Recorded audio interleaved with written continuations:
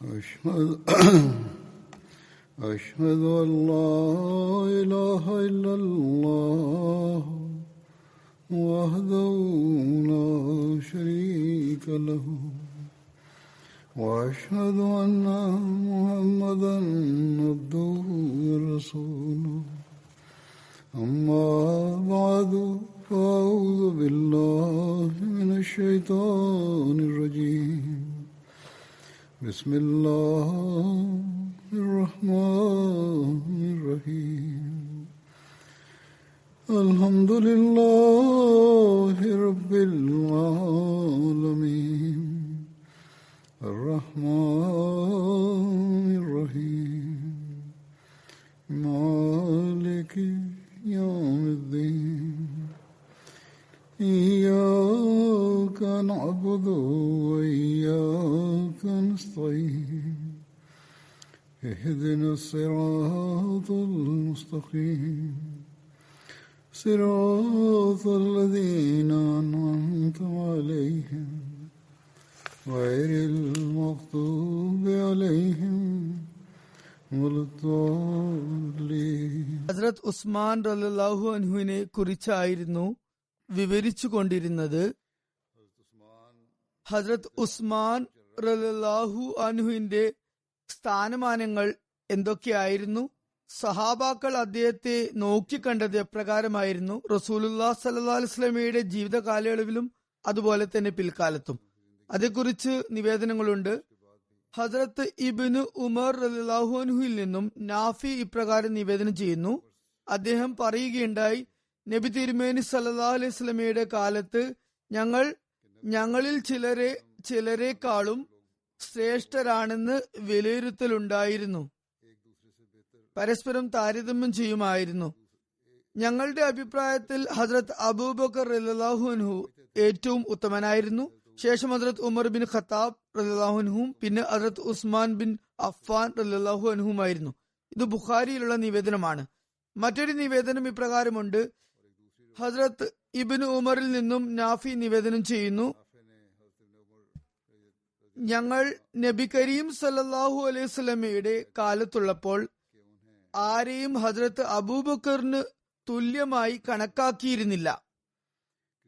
അതുപോലെ തന്നെ അത് കഴിഞ്ഞാൽ ഹസ്രത്ത് ഉമർ റളിയല്ലാഹുവിന് തുല്യനായും പിന്നെ അത് കഴിഞ്ഞാൽ ഹസ്രത്ത് ഉസ്മാൻ റളിയല്ലാഹുവിന് തുല്യനായും ആരെയും തന്നെ കണ്ടിരുന്നില്ല. തുടർന്ന് ബാക്കി സഹാബാക്കളെ താരതമ്യം ചെയ്യുമായിരുന്നില്ല. അവരിൽ ആരെയും ആരെക്കാളും ശ്രേഷ്ഠനായി കരുതിയിരുന്നുമില്ല. റസൂലുള്ളാഹി സ്വല്ലല്ലാഹു അലൈഹി വസല്ലമയുടെ കാലാനന്തരം ഹസ്രത്ത് ഉസ്മാൻ റളിയല്ലാഹു അൻഹു ശ്രേഷ്ഠ ജനങ്ങളിൽ ഉൾപ്പെട്ടതിനെ കുറിച്ച് നമുക്ക് ലഭിക്കുന്ന നിവേദനങ്ങൾ ചിലത് പരാമർശിക്കാം. അതിൽ ഹസ്രത്ത് മുഹമ്മദ് ബിൻ ഹൻഫിയയുടെ ഒരു നിവേദനം ഇപ്രകാരമുണ്ട്.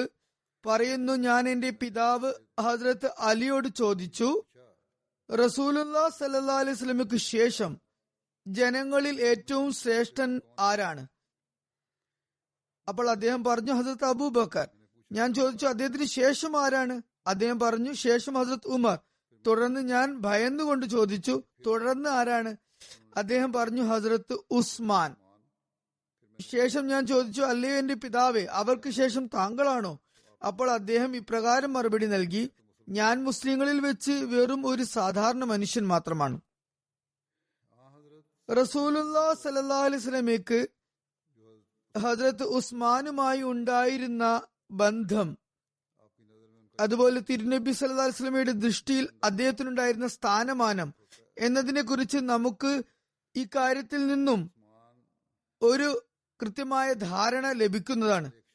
ഹസ്രത്ത് ഉസ്മാൻ റളിയല്ലാഹു അൻഹുവിനോട് ദേഷ്യം വെച്ചു പുലർത്തുന്ന ഒരു വ്യക്തിയുടെ ജനാസ റസൂലുള്ളാഹി സ്വല്ലല്ലാഹു അലൈഹി വസല്ലം നമസ്കരിപ്പിക്കുകയുണ്ടായില്ല. അതിനെക്കുറിച്ചുള്ള വിശദാംശങ്ങൾ ഇപ്രകാരമാണ്. ഹസ്രത്ത് ജാബിർ റളിയല്ലാഹു അൻഹു വിവരിക്കുന്നു, റസൂലുള്ളാഹി സ്വല്ലല്ലാഹു അലൈഹി വസല്ലമയുടെ മുമ്പിൽ ഒരു ജനാസ കൊണ്ടുവരപ്പെട്ടു. ജനാസ നമസ്കരിപ്പിക്കാനായി കൊണ്ടുവരപ്പെട്ടു. എന്നാൽ തിരുനബി സല്ലല്ലാഹു അലൈഹി വസല്ലം ആ വ്യക്തിയുടെ ജനാസ നമസ്കരിപ്പിച്ചില്ല. ഒരാൾ ചോദിച്ചു, അല്ലയോ അള്ളാഹുവിന്റെ ദൂതരെ, ഇതിനു മുമ്പ് അങ്ങ് ആരുടെയെങ്കിലും ജനാസ നമസ്കരിക്കാത്തതായി ഞങ്ങൾ കണ്ടിട്ടേയില്ല. അപ്പോൾ തിരുനബി സല്ലല്ലാഹു അലൈഹി വസല്ലം പറഞ്ഞു, ഈ വ്യക്തി ഹസ്രത്ത് ഉസ്മാനോട് വെറുപ്പ് പ്രകടിപ്പിച്ചിരുന്നു. അതുകൊണ്ട് അള്ളാഹുവും ഇയാളോട് ശത്രുത വെച്ചു പുലർത്തുന്നു. ഹസ്രത്ത് ഉസ്മാനെ കുറിച്ച്, അദ്ദേഹത്തിന്റെ നീതിബോധത്തെ കുറിച്ച് നിവേദനം ലഭിക്കുന്നുണ്ട്. എപ്രകാരമാണ് അദ്ദേഹം തന്റെ സ്വസഹോദരന്റെ കുറ്റം തെളിയിക്കപ്പെട്ടപ്പോൾ ശിക്ഷ നൽകാനായി കൽപ്പിച്ചത് എന്നതിനെ കുറിച്ച് ഉബൈദുല്ല ബിൻ അദി നിവേദനം ചെയ്യുന്നു. പറയുന്നു, ഹസ്രത്ത് മിസ്വർ ബിൻ മഖ്റമ, അതുപോലെ തന്നെ ഹസ്രത്ത് അബ്ദുറഹ്മാൻ ബിൻ അസ്വദ് ബിൻ അബ്ദി യഗൂസ് എന്നീ രണ്ടുപേരും എന്നോട് ഇപ്രകാരം പറഞ്ഞു: ഹസ്രത്ത് ഉസ്മാനോട് അദ്ദേഹത്തിന്റെ സഹോദരനെ കുറിച്ച് സംസാരിക്കുന്നതിന് താങ്കൾക്ക് എന്താണ് തടസ്സം? ജനങ്ങൾ അദ്ദേഹത്തെ കുറിച്ച് വളരെയധികം അതുമിതും പറയുന്നുണ്ട്, ചില തെറ്റായ കാര്യങ്ങളുടെ കാരണത്താൽ. അപ്പോൾ ഞാൻ ഹസ്രത്ത് ഉസ്മാന്റെ അടുക്കലേക്ക് പോയി. അദ്ദേഹം നമസ്കാരത്തിനായി പുറത്തു വന്നതായിരുന്നു. ഞാൻ അദ്ദേഹത്തോട് പറഞ്ഞു, എനിക്ക് താങ്കളോട് ചിലത് പറയാനുണ്ട്, അത് താങ്കളുടെ നന്മ കാംക്ഷിച്ചുകൊണ്ടാണ്. അപ്പോൾ ഹസ്രത്ത് ഉസ്മാൻ പറഞ്ഞു, അല്ലയോ നല്ലവനെ, നിങ്ങളോട് മുഹമ്മദാണ് ഇക്കാര്യം പറഞ്ഞത്. ഞാൻ മനസ്സിലാക്കുന്നത് അയാളായിരിക്കും പറഞ്ഞതെന്നാണ്. നിങ്ങൾ അയാളുടെ സന്ദേശവുമായി ഇവിടെ വന്നതാണ്. എന്നിട്ട് പറഞ്ഞു, ഞാൻ നിങ്ങളിൽ നിന്നും ദൈവത്തിൽ അഭയം പ്രാപിക്കുന്നു. അത് കേട്ടപ്പോൾ ഹസ്രത്ത് ഉസ്മാന്റെ അടുത്ത് വന്നയാൾ അവിടെ നിന്നും അവരുടെ അടുത്തേക്ക് തന്നെ തിരിച്ചുപോയി. അപ്പോഴേക്കും എന്നെ വിളിക്കാനായി ഹസ്രത്ത് ഉസ്മാന്റെ ദൂതൻ വന്നു. അങ്ങനെ ഞാൻ അദ്ദേഹത്തിന്റെ പക്കൽ ഹാജരായി. അദ്ദേഹം എന്നോട് ചോദിച്ചു, നീ എന്ത് നന്മയാണ് കാക്ഷിക്കുന്നത്? അതായത് ഞാൻ താങ്കളുടെ അഭ്യുദയമാണ് കാക്ഷിക്കുന്നതെന്ന് അദ്ദേഹം പറഞ്ഞിരുന്നല്ലോ. ഞാൻ പറഞ്ഞു, പരമപരിശുദ്ധനായ അള്ളാഹു മുഹമ്മദ് സല്ലല്ലാഹു അലൈഹി വസല്ലമയെ സത്യപൂർണമായാണ് അയച്ചത്. തിരുനബി സല്ലല്ലാഹു അലൈഹി വസല്ലമയ്ക്ക് മേൽ അവൻ തന്റെ ഗ്രന്ഥവും ഇറക്കി. അള്ളാഹുവിന്റെയും അവന്റെ തിരുദൂതർ സല്ലല്ലാഹു അലൈഹി വസല്ലമിന്റെയും ക്ഷണം സ്വീകരിച്ചവരിൽ താങ്കളും ഉൾപ്പെടുന്നു. താങ്കൾ 2 തവണ ഹിജ്റത്ത് ചെയ്തു. റസൂൽ കരീം സല്ലല്ലാഹു അലൈഹി വസല്ലമയെ താങ്കൾ പിന്തുണയ്ക്കുകയും ചെയ്തു. താങ്കൾ റസൂലുള്ളാഹി സ്വല്ലല്ലാഹു അലൈഹി വസല്ലമയുടെ ജീവിതവും ദർശിച്ച വ്യക്തിയാണ്. തുടർന്ന് അദ്ദേഹത്തിന്റെ സഹോദരനായ വലീദിനെ കുറിച്ച് ജനങ്ങൾ വളരെയധികം പറഞ്ഞിരിക്കുന്നു എന്ന് ഞാൻ പറഞ്ഞു. ഹസ്രത്ത് ഉസ്മാൻ എന്നോട് ചോദിച്ചു, നിങ്ങൾ റസൂലുള്ളാഹി സ്വല്ലല്ലാഹു അലൈഹി വസല്ലമയുടെ കാലത്തുണ്ടായിരുന്നോ? അദ്ദേഹത്തോട് ചോദിച്ചു. അപ്പോൾ ഞാൻ പറഞ്ഞു, ഇല്ല. എന്നാൽ താങ്കളുടെ വിവരണങ്ങളിലൂടെ എനിക്ക് അന്നത്തെ കാര്യങ്ങൾ അറിയാനായി. അതായത് ആ കാലത്ത് ഞാൻ ഉണ്ടായിരുന്നില്ലെങ്കിൽ കൂടി അന്നുണ്ടായിരുന്ന കാര്യങ്ങൾ എന്നിലേക്ക് എത്തിയിട്ടുണ്ട്. റസൂലുള്ളാഹി സ്വല്ലല്ലാഹു അലൈഹി വസല്ലമിന്റെ കാലത്തുള്ള കാര്യങ്ങൾ മറയിലിരിക്കുന്ന കന്യകൾക്ക് പോലും അറിയാൻ മാത്രം അത്രത്തോളം പ്രസിദ്ധമാണ്. ഹദരത്ത് ഉസ്മാൻ പറഞ്ഞു, അമ്മാബാദ്, അള്ളാഹു നിശ്ചയമായി മുഹമ്മദ് സല്ലല്ലാഹു അലൈഹി വസല്ലമയെ സത്യത്തോടെയാണ് നിയോഗിച്ചയച്ചത്. അള്ളാഹുവിന്റെയും അവന്റെ ദൂതന്റെയും ക്ഷണം സ്വീകരിച്ചവരിൽപ്പെട്ടവനാണ് ഞാൻ. എന്തെല്ലാം കാര്യങ്ങളോടുകൂടിയാണ് നബി സല്ലല്ലാഹു അലൈഹി വസല്ലം അയക്കപ്പെട്ടത്, ആ കാര്യങ്ങളിൽ എല്ലാറ്റിലും ഞാൻ വിശ്വാസം കൈക്കൊള്ളുകയുണ്ടായി. ഞാൻ നിങ്ങൾ പറഞ്ഞതുപോലെ 2 ഹിജ്റത്തും ചെയ്തിട്ടുണ്ട്. ഞാൻ റസൂലുള്ളാഹി സ്വല്ലല്ലാഹു അലൈഹി വസല്ലമയുടെ കൂടെയും ഉണ്ടായിട്ടുണ്ട്. തിരുനബിയിൽ ബയ്യത്തും ചെയ്തിട്ടുണ്ട്. അള്ളാഹുവാണ്, ഞാൻ തിരുനബിയോട് ഒരിക്കലും തന്നെ അനുസരണക്കേട് പ്രവർത്തിച്ചിട്ടില്ല. തിരുനബി സല്ലല്ലാഹു അലൈഹി വസല്ലമയുടെ മരണം വരെ ഞാൻ തിരുനബി സല്ലല്ലാഹു അലൈഹി വസല്ലമയെ വഞ്ചിച്ചിട്ടുമില്ല.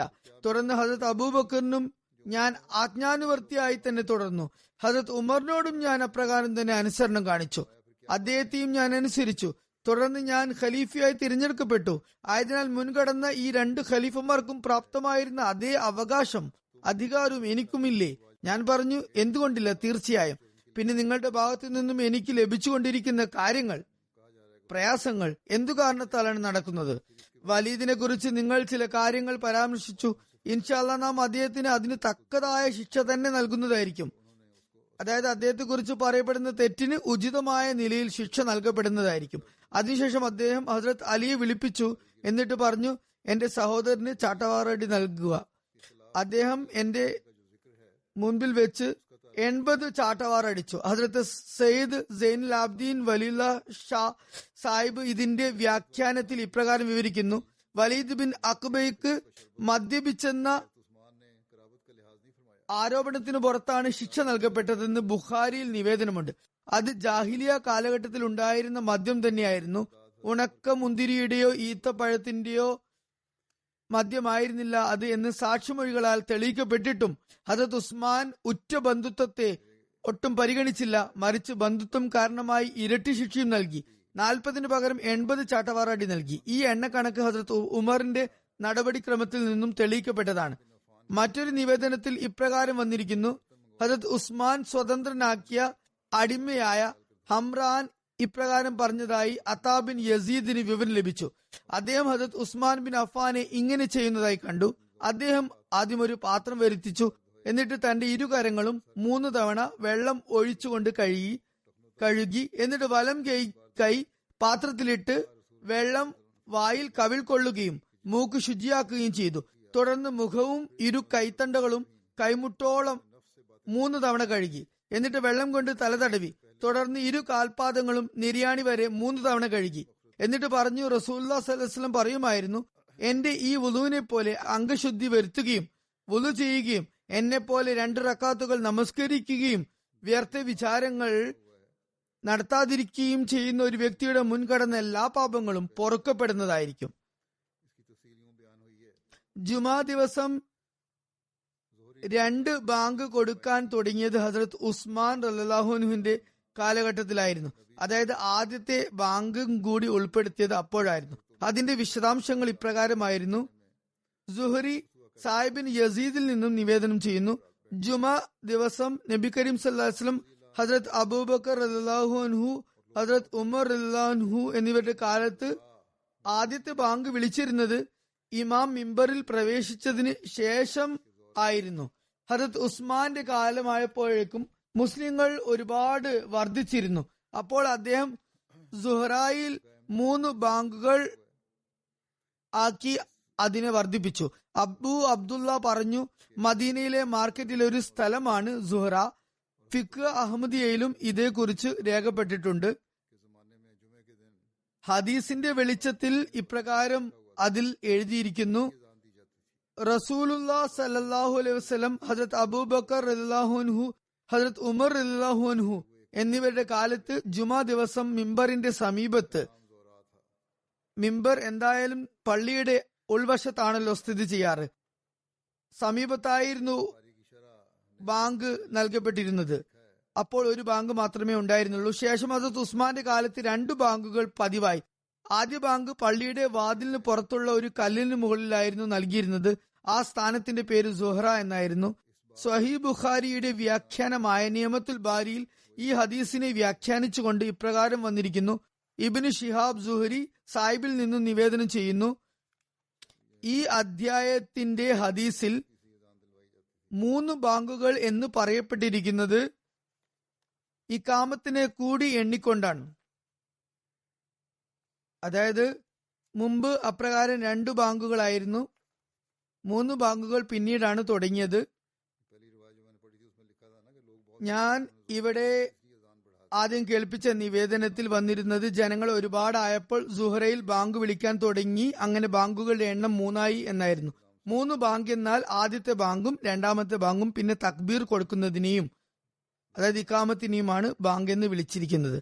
അപ്രകാരം നമസ്കാരത്തിനായി 3 തവണ നമസ്കാരത്തിലേക്ക് വിളിക്കുമായിരുന്നു. ഈദ് ദിവസം ജുമാ നമസ്കാരത്തിൽ ഇളവ് നൽകിയതിനെ കുറിച്ച് നിവേദനം ലഭിക്കുന്നുണ്ട്. ഇബ്നു അദ്ഹർ സ്വതന്ത്രനാക്കിയ അടിമയായ അബു ഉബൈദ് വിവരിക്കുന്നു, അദ്ദേഹം ഹസ്രത്ത് ഉമറിന്റെ പിന്നിൽ ഒരു ബലിപെരുന്നാൾ നമസ്കാരം നിർവഹിച്ചിരുന്നു. അദ്ദേഹം ഖുതുബക്ക് മുമ്പായി നമസ്കരിപ്പിച്ചു. തുടർന്ന് അദ്ദേഹം ജനങ്ങളെ അഭിസംബോധന ചെയ്തുകൊണ്ട് പറഞ്ഞു, അല്ലയോ ജനങ്ങളെ, 2 പെരുന്നാളിന് നോമ്പ് നോക്കുന്നതിന് റസൂലുള്ളാഹി സ്വല്ലല്ലാഹു അലൈഹി വസല്ലം നിങ്ങളെ വിലക്കിയിട്ടുണ്ട്. അവയിലൊന്ന് നോമ്പുകൾ അവസാനിപ്പിച്ചതിനു ശേഷമുള്ള സന്തോഷം കൊണ്ടാടുന്ന പെരുന്നാളാണ്. 2ാമത്തേത് നിങ്ങൾ ബലി അറുത്തതിൽ നിന്നും ഭക്ഷിക്കുന്ന പെരുന്നാളാണ്. അബു ഉബൈദ് പറയുന്നു, ശേഷം അദ്ദേഹം ഹസ്രത്ത് ഉസ്മാൻ ബിൻ അഫ്ഫാന്റെ കാലത്ത് അദ്ദേഹത്തിന് പിറകിലും ഈദ് നമസ്കരിച്ചു. അന്ന് ജുമ ദിനമായിരുന്നു. അദ്ദേഹം ഖുതുബയ്ക്ക് മുമ്പായി നമസ്കരിപ്പിച്ചു. ശേഷം ജനങ്ങളെ അഭിസംബോധന ചെയ്തുകൊണ്ട് ഇപ്രകാരം പറഞ്ഞു, ജനങ്ങളെ, നിങ്ങൾക്കായി 2 പെരുന്നാളുകൾ ഒരുമിച്ചിട്ടുള്ള ദിനമാണിത്. മദീനയുടെ പല ദിക്കുകളിൽ നിന്നും വന്നവർ ജുമ നമസ്കരിക്കാനായി കാത്തിരിക്കാൻ ആഗ്രഹിക്കുന്നുണ്ടെങ്കിൽ അവർക്ക് അങ്ങനെയാവാം. എന്നാൽ തിരികെ പോകാനാണ് അവർ ആഗ്രഹിക്കുന്നതെങ്കിൽ അതിനായി ഞാൻ അവർക്ക് അനുവാദം കൊടുത്തിരിക്കുന്നു. ഫിഖ് അഹമ്മദിയയിൽ എഴുതിയ ഇക്കാര്യത്തെക്കുറിച്ച് എനിക്ക് ഇപ്പോഴും സ്പഷ്ടമായ തെളിവൊന്നും ലഭിച്ചിട്ടില്ല. അതിൽ ഇപ്രകാരം രേഖപ്പെട്ടിരിക്കുന്നു: ജുമയും പെരുന്നാളും ഒരേ ദിവസം വന്നാൽ ഈദ് നമസ്കാര ശേഷം ജുമയോ ലൊഹറോ നമസ്കരിക്കേണ്ടതില്ല. മറിച്ച് അസറിന്റെ നേരത്തെ അസർ നമസ്കരിച്ചാൽ മതി. അത്വാബിൻ റബ പറയുന്നു, ഒരു ദിവസം ജുമയും ഈദുൽ ഫിത്തറും ഒരുമിച്ച് വന്നു. ഹദരത്ത് അബ്ദുള്ള ബിൻ സുബൈർ പറഞ്ഞു, ഒരു ദിവസം തന്നെ 2 പെരുന്നാളുകൾ ഒന്നിച്ചിരിക്കുന്നു, ഒരുമിച്ച് നമസ്കരിക്കുന്നതായിരിക്കും 2 പെരുന്നാളുകളും. അങ്ങനെ രണ്ടിനും കൂടി ഉച്ചയ്ക്ക് മുമ്പേ 2 റക്കാത്തുകൾ അദ്ദേഹം നമസ്കരിപ്പിച്ചു. അതിനുശേഷം അസർ വരെ ഒന്നും തന്നെ നമസ്കരിപ്പിച്ചില്ല. അതായത് അന്ന് നേരെ അസർ മാത്രമാണ് നമസ്കരിപ്പിച്ചത്. ഇതേക്കുറിച്ച് കൂടുതൽ ഗവേഷണങ്ങൾ ആവശ്യമായുണ്ട്. ഹസ്രത്ത് ഖലീഫത്തുൽ മസീഹ് 4-നും അതുതന്നെയാണ് പറഞ്ഞിട്ടുള്ളത്. ഞാൻ കരുതുന്നത് മുമ്പും ഇതേക്കുറിച്ച് ഗവേഷണം നടന്നെന്നാണ്. റസൂലുള്ളാഹി സ്വല്ലല്ലാഹു അലൈഹി വസല്ലമയുടെ തിരുചര്യയിൽ അല്ലെങ്കിൽ കർമ്മങ്ങളിൽ നിന്നും ഇപ്രകാരം അനുവദനീയമായതിനെ കുറിച്ച്, അതായത് ലോഹർ നമസ്കാരം ഒഴിവാക്കിയതിനെ കുറിച്ച് നേരിട്ടുള്ള തെളിവുകളൊന്നും നമുക്ക് ലഭിച്ചിട്ടില്ല. ഹദരത്ത് അബ്ദുള്ള ബിൻ സുബൈറിന്റെ ഈ ഒരു നിവേദനം മാത്രമാണ് ഇത് വിഷയകമായി ലഭിക്കുന്നത്. ആയതിനാൽ ഇതേക്കുറിച്ച് കൂടുതൽ പഠനങ്ങൾ നടത്തേണ്ടതുണ്ട്. ഫിഖ് വീണ്ടും റിവേഴ്സ് ചെയ്യുന്നുണ്ട്. എന്റെ അഭിപ്രായത്തിൽ ഇക്കാര്യത്തെ കൂടുതൽ അവധാനതയോടെ പരിശോധിക്കേണ്ടതുണ്ട്. അതായത് ലോഹർ നമസ്കരിക്കേണ്ട ആവശ്യമില്ലെന്ന കാര്യത്തെ ജുമയെ കുറിച്ച് നമസ്കരിക്കേണ്ടതില്ലെന്ന് പറയുന്നത് ശരിയാണ്. എന്നാൽ ലോഹറും നമസ്കരിക്കേണ്ടതില്ല എന്നതിനെ കുറിച്ച് റസൂലുള്ളാഹി സ്വല്ലല്ലാഹു അലൈഹി വസല്ലമയിൽ നിന്നും നേരിട്ടോ അതോ ഖുലഫായ റാഷിദീങ്ങളിൽ നിന്നും നേരിട്ടോ ഉള്ള ഒരു നിവേദനവും നമുക്ക് ലഭിച്ചിട്ടില്ല. അത്തരത്തിൽ നമുക്ക് ലഭ്യമായിട്ടില്ല. ഞാൻ ഗവേഷണം ചെയ്യിപ്പിക്കുകയുണ്ടായി. ജുമാ ദിവസം സ്നാനം ചെയ്യുന്നതിനെ കുറിച്ച് ഒരു നിവേദനമുണ്ട്. ഹസ്രത്ത് അബൂ ഹുറൈറ പറയുന്നു, ഹസ്രത്ത് ഉമർ ബിൻ ഖത്താബ് ജുമാ ദിവസം ഖുതുബ നൽകുകയായിരുന്നു. അപ്പോൾ ഹസ്രത്ത് ഉസ്മാൻ ബിൻ അഫ്ഫാൻ പള്ളിയിലേക്ക് പ്രവേശിച്ചു. ഹസ്രത്ത് ഉമർ അദ്ദേഹത്തെ ഉദ്ദേശിച്ചുകൊണ്ട് ഇപ്രകാരം പറഞ്ഞു, ജനങ്ങൾക്ക് ഇത് എന്തു പറ്റി? ബാങ്ക് വിളിച്ചിട്ടും അവർ താമസിച്ചാണ് വരുന്നത്. അപ്പോൾ ഹസ്രത്ത് ഉസ്മാൻ പറഞ്ഞു, അല്ലയോ വിശ്വാസികളുടെ നേതാവേ, ഞാൻ ബാങ്ക് കേട്ടതും ഉടൻ വുളു എടുത്ത് പുറപ്പെട്ടതാണ്. ഹസ്രത്ത് ഉമർ ചോദിച്ചു, വുളു മാത്രമേ എടുത്തുള്ളൂ? താങ്കൾ അള്ളാഹുവിന്റെ റസൂൽ സല്ലല്ലാഹു അലൈഹി വസല്ലം ഇപ്രകാരം പറഞ്ഞതായി കേട്ടിട്ടില്ലേ? നിങ്ങളിൽ ആരെങ്കിലും ജുമാക്കായി വരുമ്പോൾ അയാൾ കുളിക്കേണ്ടതുണ്ട്. വെള്ളം ലഭ്യമാണെങ്കിൽ, അതുപോലെ സൗകര്യമുണ്ടെങ്കിൽ കുളിക്കേണ്ടത് അനിവാര്യം തന്നെയാണ്. ഹദീസ് സമാഹാരങ്ങളിൽ ഇതര സ്വഹാബാക്കളെ അപേക്ഷിച്ച് ഹദ്രത്ത് ഉസ്മാനിലേക്ക് എത്തുന്ന മർഫു ഹദീസുകൾ വളരെ കുറവാണ്.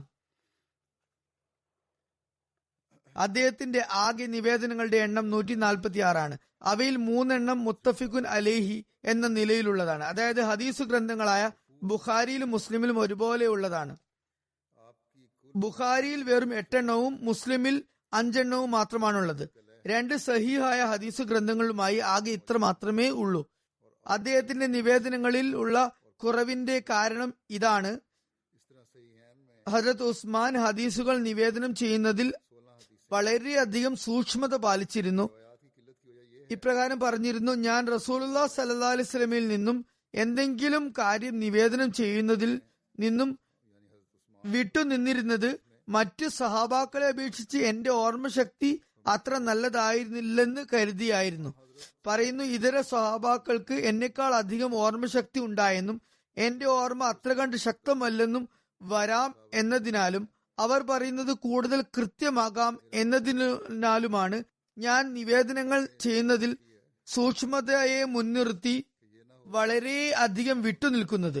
എന്നിട്ട് അദ്ദേഹം പറയുന്നു, ഞാൻ സാക്ഷ്യം വഹിക്കുന്നു, ഞാൻ റസൂലുള്ളാഹി സ്വല്ലല്ലാഹു അലൈഹി വസല്ലം ഇപ്രകാരം പറഞ്ഞതായി ശ്രവിക്കുകയുണ്ടായി. ആരാണോ ഞാൻ പറയാത്തത് ഞാനുമായി ബന്ധപ്പെടുത്തി പറയുന്നത്, ആ വ്യക്തി നരകത്തെ തന്റെ സങ്കേതമാക്കി മാറ്റുന്നതാണ്.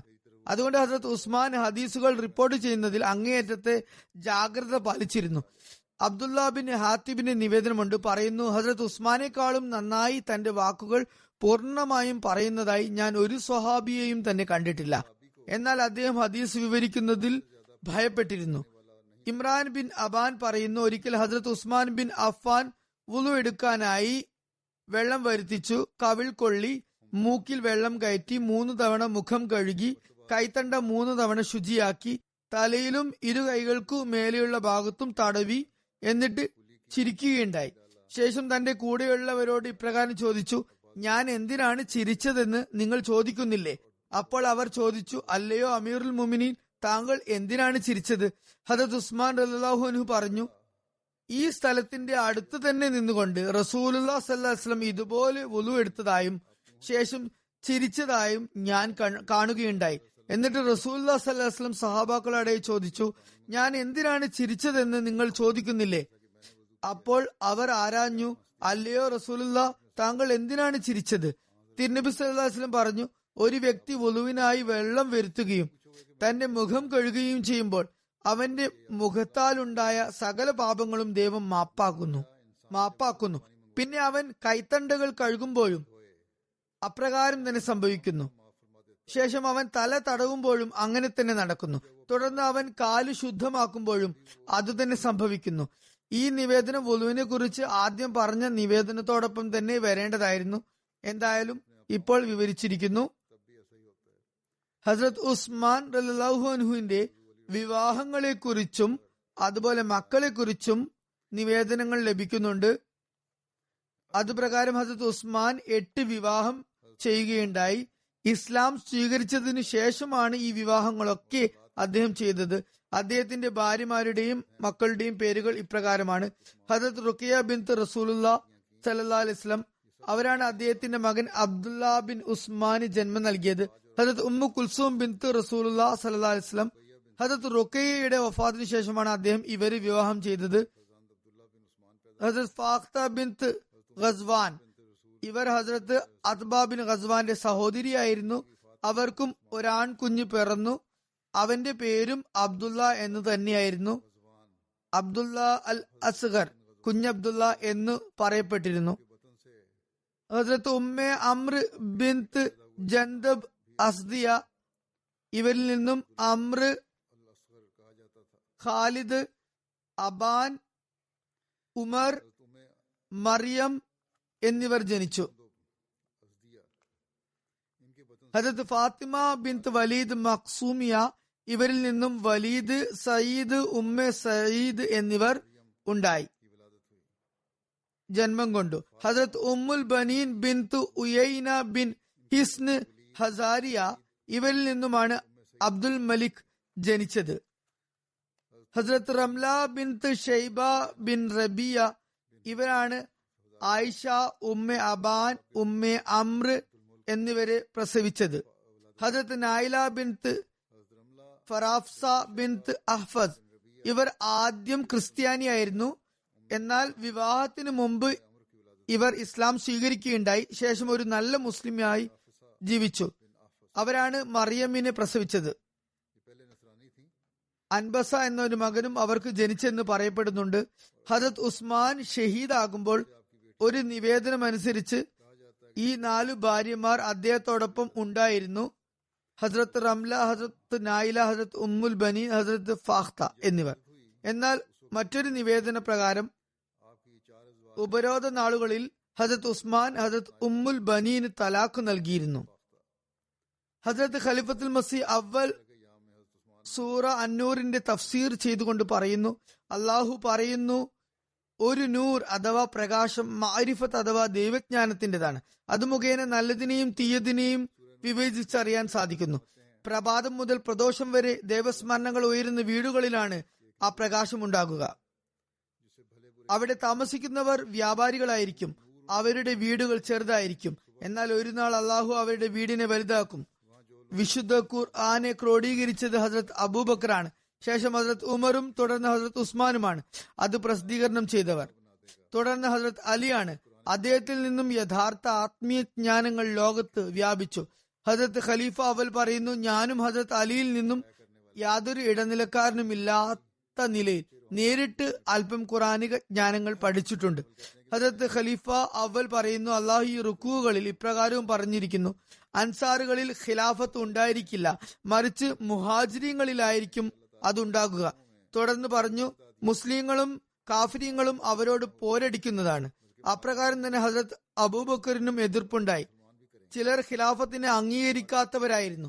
ചിലർ കപടന്മാരെ വിശ്വസിച്ച് അബദ്ധത്തിൽ അകപ്പെട്ടു എങ്കിൽ ചിലർ ശരീഅത്തിന്റെ അവഗാഹമുണ്ടായിട്ടും പോരിനായി ഇറങ്ങി പുറപ്പെട്ടു. അദ്ദേഹം പറയുന്നു, തൽഫലമായി പറവകളും ഉരകങ്ങളും അവരുടെ ഇറച്ചി തിന്നുകയും ചെയ്തു. ഖുലഫാ റാഷിദീങ്ങളിൽ ഏറ്റവും കൂടുതൽ പ്രയാസത്തിൽ അകപ്പെട്ടത് ഹസരത്ത് അബൂബക്കർ ആയിരുന്നു. തന്റെ സൈന്യത്തെ അദ്ദേഹം ഉസാമയുടെ സാരഥ്യത്തിൽ അയച്ചിരുന്നു. അതേസമയം അറേബ്യയിൽ പലയിടങ്ങളിലും പ്രക്ഷോഭം പടർന്നിരുന്നു. ജനങ്ങൾ കലാപത്തിന് ഉത്സുകരായി തുടങ്ങിയിരുന്നു. അവിടെ ഒരു ബുദ്ധിമാനായ വ്യക്തി വന്നിട്ട് പറഞ്ഞു, നിങ്ങൾ ഈമാൻ സ്വീകരിക്കുന്നതിൽ ഏറ്റവും പിൻപന്തിയിലായിരുന്നു. ഇപ്പോൾ മുർത്തദ് മതപരിത്യാഗികൾ ആകുന്ന കാര്യത്തിൽ മുൻപന്തിയിലുമാണുള്ളത്. ആ വ്യക്തി മക്കാവാസികളോടാണ് ഇപ്രകാരം പറഞ്ഞത്. അപ്പോൾ അവർ ഒന്ന് അടങ്ങി. തുടർന്ന് അദ്ദേഹം ഇപ്രകാരം പറയുന്നു, ഇദാ ഫരീഖും മിൻഹും മുഅ്രിദൂൻ, അപ്പോൾ അവരിൽ ഒരു വിഭാഗം പിന്തിരിഞ്ഞു കളയുന്നവരായി മാറുന്നു എന്നതിൽ പറയപ്പെട്ട ആ വിഭാഗം ഹദ്രത്ത് അബൂബക്കറിന്റെ കാലത്തോ ഹദ്രത്ത് ഉമറിന്റെ കാലത്തോ ഹദ്രത്ത് ഉസ്മാന്റെയോ അലിയുടെയോ റളിയല്ലാഹു അൻഹുമ ആരുടെയും കാലത്ത് വിജയിക്കുകയുണ്ടായില്ല. അവർക്ക് ദൈവസഹായവും ലഭിച്ചില്ല. ഇവർ അമ്പെ പരാജിതരായി. എന്നാൽ സമീന വാതന, ഞങ്ങൾ ശ്രവിക്കുകയും അനുസരിക്കുകയും ചെയ്തു എന്ന് പറഞ്ഞവർ എപ്പോഴും ജേതാക്കളും ദൈവസഹായം ലഭിച്ചവരുമായി. പരിശുദ്ധ ഖുർആനിൽ പറയുന്നു, ഉലൈക ഹുമുൽ മുഫ്ലിഹൂൻ, അവർ തന്നെയാണ് വിജയികൾ. ഹദ്രത്ത് മസീഹ് അലൈഹി സ്വലാത്തു വസ്സലാം പറയുന്നു, എനിക്ക് ഇക്കാര്യം നന്നായി അറിയാം. ഒരു വ്യക്തി ഏതുവരെ ഹദ്രത്ത് അബൂബക്കർ, ഉമർ, ഉസ്മാൻ, അലി റളിയല്ലാഹു അലൈഹിം അജ്മഈൻ എന്നിവരുടെ വർണ്ണം സ്വയം ചാർത്തുന്നില്ലയോ അതുവരെ മോമിനോ മുസ്ലിമോ ആകുന്നതല്ല. അവർ ഇഹലോകത്തെ സ്നേഹിച്ചിരുന്നില്ല, മറിച്ച് അവർ തങ്ങളുടെ ജീവിതം ദൈവമാർഗത്തിൽ അർപ്പിച്ചിരുന്നു. തുടർന്ന് അദ്ദേഹം പറയുന്നു, ഹദ്രത്ത് സിദ്ദീഖ് അക്ബർ റളിയല്ലാഹു അൻഹു, ഹദ്രത്ത് ഫാറൂഖ് ഉമർ റളിയല്ലാഹു അൻഹു, ഹദ്രത്ത് ദുന്നൂറൈൻ റളിയല്ലാഹു അൻഹു, അതായത് ഹദ്രത്ത് ഉസ്മാൻ, ഹദ്രത്ത് അലി മുർത്തദ റളിയല്ലാഹു അൻഹു, ഇവരെല്ലാവരും ശരിക്കും ദീനീ കാര്യത്തിൽ വിശ്വസ്തരായിരുന്നു, അമീനായിരുന്നു. അബൂബക്കർ റളിയല്ലാഹു അൻഹു ഇസ്ലാമിന്റെ കാര്യത്തിൽ ആദം രണ്ടാമനാണ്. അതുപോലെ ഹദ്രത്ത് ഉമർ ഫാറൂഖും ഹദ്രത്ത് ഉസ്മാൻ റളിയല്ലാഹു അൻഹു ദീനിന്റെ കാര്യത്തിൽ യഥാർത്ഥ വിശ്വസ്തരായിരുന്നില്ലെങ്കിൽ, അമീനുമാരായിരുന്നില്ലെങ്കിൽ ഇന്ന് നമ്മുടെ വിശുദ്ധ ഖുർആന്റെ ഒരായത്ത് പോലും ദൈവപ്രോക്തമാണെന്ന് പറയുന്ന കാര്യത്തിൽ നമുക്ക് പ്രയാസം അനുഭവപ്പെട്ടേനെ. തുടർന്ന് ഹസരത്ത് അഖ്ദസ് മസീഹ് മൗഊദ് അലൈഹി ഇസ്ലാം പറയുന്നു, ദൈവത്താണ് അല്ലാഹു ഷേഖേൻ, അതായത് ഇരു മഹാത്മാക്കളായ അബൂബക്കറിനെയും ഉമറിനെയും അതുപോലെ മൂന്നാമതായി ദുന്നൂറൈനെയും ഇസ്ലാമിന്റെ കവാടങ്ങളായും സൃഷ്ടികുലോത്തമൻ മുഹമ്മദ് റസൂലുള്ളാഹി സ്വല്ലല്ലാഹു അലൈഹി വസല്ലമിന്റെ സൈന്യത്തിന്റെ മുൻനിര പോരാളികളുമായും വച്ചിരിക്കുന്നു. ആയതിനാൽ ആരാണ് അവരുടെ മഹാത്മ്യത്തെ നിരസിക്കുകയും അവരെ കുറിച്ചുള്ള ദൃഢജ്ഞാനപരമായ കാര്യങ്ങൾ തൃണവൽഗണിക്കുകയും അവരോട് മര്യാദാപൂർവം പെരുമാറാതിരിക്കുകയും മാത്രവുമല്ല അവരെ നിന്ദിക്കുകയും അവരെക്കുറിച്ച് ദോഷം പറയുകയും ചെയ്യാൻ ഒരുമ്പിട്ട് നിൽക്കുകയും അവരെ അവഹേളിക്കുകയും ചെയ്യുന്നത്, അത്തരമൊരുവന്റെ ദുഷ്പര്യവസാനവും ഈമാന്റെ കൈമോശവും ഞാൻ ഭയക്കുന്നു. ആരാണോ അവരെ പ്രയാസപ്പെടുത്തുകയും ശപിക്കുകയും ആക്ഷേപിക്കുകയും ചെയ്യുന്നത്, അത്തരക്കാർ ഒടുക്കം ഹൃദയ കാഠിന്യമുള്ളവരും ദൈവകോപത്തിന് പാത്രീഭൂതരുമാകുന്നതാണ്. ആ വരിഷ്ഠ ജനങ്ങളോട് വിദ്വേഷവും വെറുപ്പും വച്ചു പുലർത്തുന്നത് അനുഗ്രഹങ്ങൾ വെളിപ്പെടുത്തുന്നവനായ അള്ളാഹുവുമായി ഏറ്റവും അധികം ബന്ധം വിച്ഛേദിക്കുന്നതിന് കാരണമാകുന്നു എന്ന കാര്യത്തിൽ ഞാൻ പലവരും അനുഭവം കരസ്ഥമാക്കിയതും അതേക്കുറിച്ച് പ്രസ്പഷ്ടമായി ഞാൻ വിവരിച്ചതുമാണ്. അവരോട് ആർ ശത്രുത പുലർത്തിയാലും അയാൾക്ക് മുമ്പാകെ കാരുണ്യത്തിന്റെയും ദയയുടെയും എല്ലാ മാർഗങ്ങളും കൊട്ടിയടക്കപ്പെടുന്നതാണ്. അത്തരമൊരുവനായ അറിവിന്റെയും ദിവ്യജ്ഞാനത്തിന്റെയും വാതിലുകൾ തുറക്കപ്പെടുന്നതല്ല. അള്ളാഹു അവരെ ലൗകികമായ ആനന്ദങ്ങളിലും ആസക്തികളിലും ഉപേക്ഷിക്കുന്നു, ശാരീരിക വികാരങ്ങളുടെ ഗർത്തത്തിൽ വീഴ്ത്തുകയും ചെയ്യുന്നതാണ്. അയാളെ തന്റെ സന്നിധാനത്തിൽ നിന്നും വിദൂരസ്ഥനും ഹതഭാഗ്യനുമാക്കുന്നതാണ്. ഹസ്രത്ത് മസീഹ് മൗഊദ് അലൈഹി ഇസ്ലാം പറയുന്നു, റസൂലുള്ളാഹി സ്വല്ലല്ലാഹു അലൈഹി വസല്ലമയ്ക്ക് ശേഷം ഇസ്ലാമിനുണ്ടായ പുരോഗതി സഹാബത്രയങ്ങളാൽ ആണ് ഉണ്ടായിരുന്നത്. അതായത് ഈ 3 സഹാബാക്കളാണ് മുഖേനയാണ് ഉണ്ടായത്. അതായത് ഹസ്രത്ത് അബൂബക്കർ, ഉമർ, ഉസ്മാൻ എന്നിവർ മുഖേന.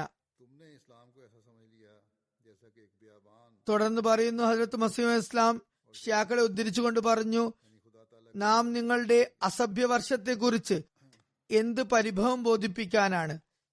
നിങ്ങൾ ഏറെക്കുറെ എല്ലാ സഹാബാക്കളെയും തന്നെ ഭർസിക്കുന്നുണ്ടല്ലോ. നിങ്ങൾ വിശ്വാസികളുടെ മാതാക്കളായ റസൂലുള്ളാഹി സ്വല്ലല്ലാഹു അലൈഹി വസല്ലമയുടെ പത്നിമാരെ പോലും ശാപവാക്കുകളാൽ സ്മരിക്കുന്നു. പോരാത്തതിന് ദൈവഗ്രന്ഥത്തിൽ ഏറ്റക്കുറച്ചിൽ നടത്തപ്പെട്ടതായി നിങ്ങൾ ധരിച്ച വശയായിരിക്കുന്നു. എന്നിട്ട് ഉസ്മാന്റെ കുറിപ്പുകൾ ബയാസി ഉസ്മാനി എന്ന് ഖുറാനെ പറയുന്നു. ദൈവപ്രോക്തമല്ലെന്നും അതിനെ പറയുന്നു. തരിശും കൃഷിശൂന്യവുമായ, അതായത് ദൈവസാമീപ്യമുള്ളവർ ഇല്ലാത്ത ഒരു വിജനഭൂമിയായി നിങ്ങൾ ഇസ്ലാമിനെ കണക്കാക്കിയിരിക്കുന്നു. തുടർന്ന് പറയുന്നു, അല്ലയോ അതിരുകടന്നവരെ, നിങ്ങളുടെ കൈകളിൽ ഇനി എന്ത് അന്തസ്സാണ് ബാക്കിയുള്ളത്?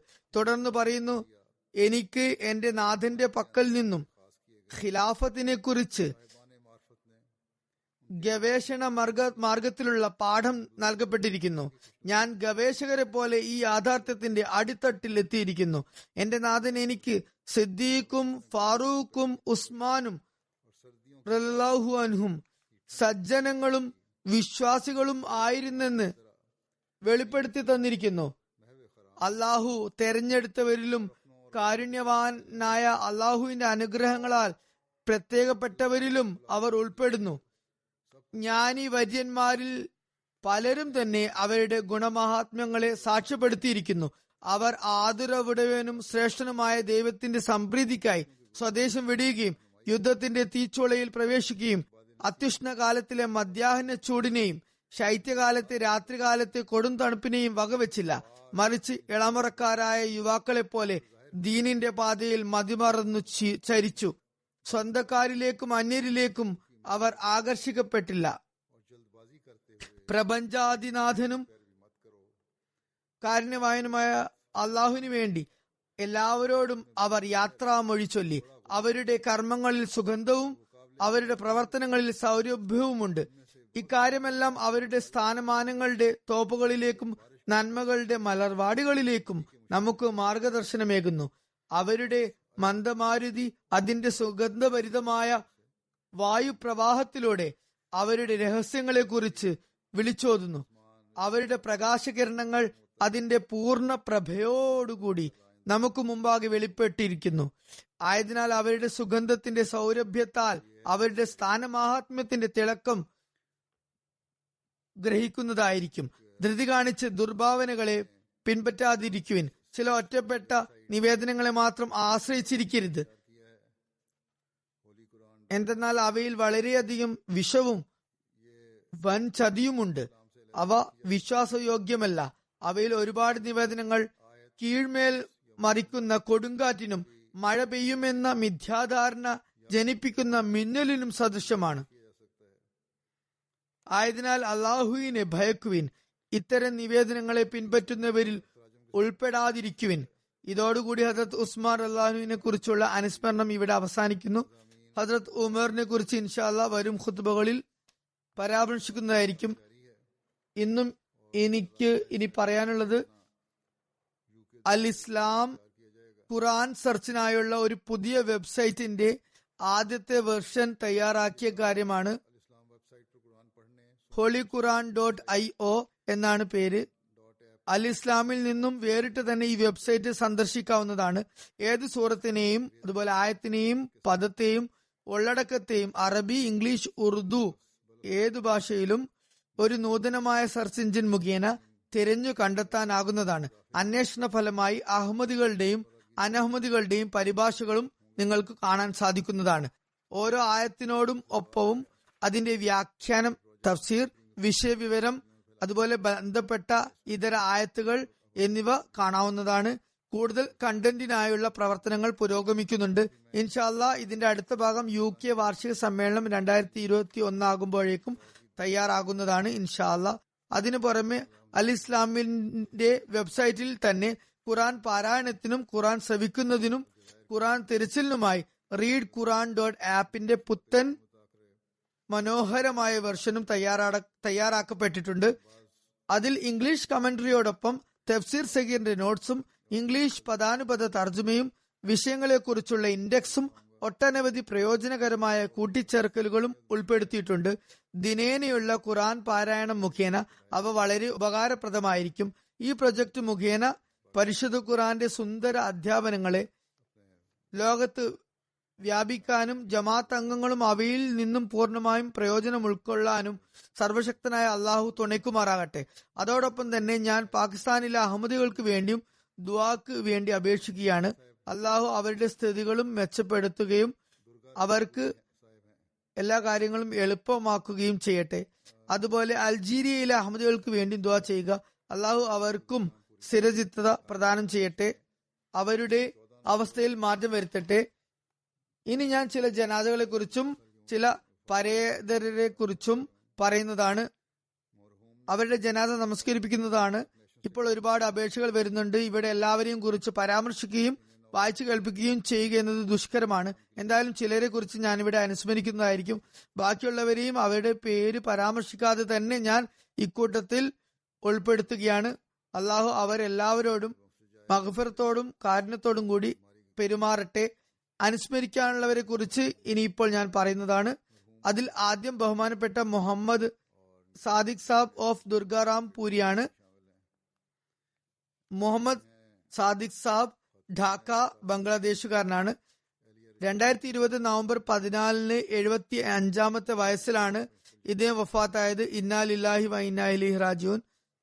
മറ്റു ഭാരവാഹിത്വങ്ങൾ കൂടാതെ മർഹൂം ഒരു സുദീർഘകാലം നാഷണൽ സെക്രട്ടറി വഖഫിനു ആയും സേവനമനുഷ്ഠിച്ചു. വഖഫിനെ നൌ അതുപോലെ അവരുടെ മാതാപിതാക്കൾ എന്നിവർക്കായി ക്ലാസുകൾ സംഘടിപ്പിക്കുന്നതിനായി ദൂരദിക്കുകളിലെ ജമാത്തുകളിൽ സ്ഥിരമായി അദ്ദേഹം സന്ദർശനം നടത്തിയിരുന്നു. പതിവായി പള്ളിയിൽ പോകാറുണ്ടായിരുന്നു. രോഗം മൂർച്ഛിച്ച് നിർബന്ധിതാവസ്ഥയാകും വരെ അതുതന്നെ തുടർന്നു.